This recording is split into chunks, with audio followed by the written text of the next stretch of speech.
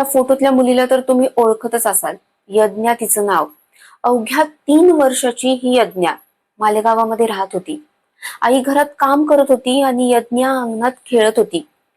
त्याच गावातला एक व्यक्ती व्यक्ती नाही, आपण तर त्याला राक्षस म्हणूया, तो तिथे आला. त्याने यज्ञाला उचललं आणि घरी घेऊन गेला. तिच्यावर अत्याचार केले आणि स्वतःच्याच हाताने तिच्या डोक्यात दगड घालून तिच्या अंगावर खूप सारे वार केले.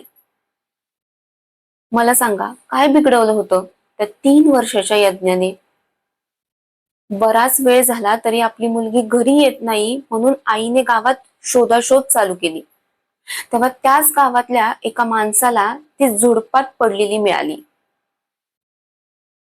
सगळे असे म्हणतात की मुलींना खूप फ्रीडम दिलंय, मुली अशा वागतात, मुली तशा वागतात, त्या छोटे कपडे घालतात, म्हणून मुलींच्या बाबतीत अशा सगळ्या घटना होतात.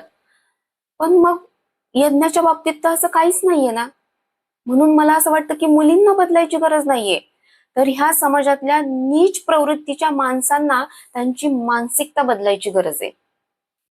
आणि ही घटना फक्त बातमी नाहीये, तर प्रत्येक पालकाची भीती आहे.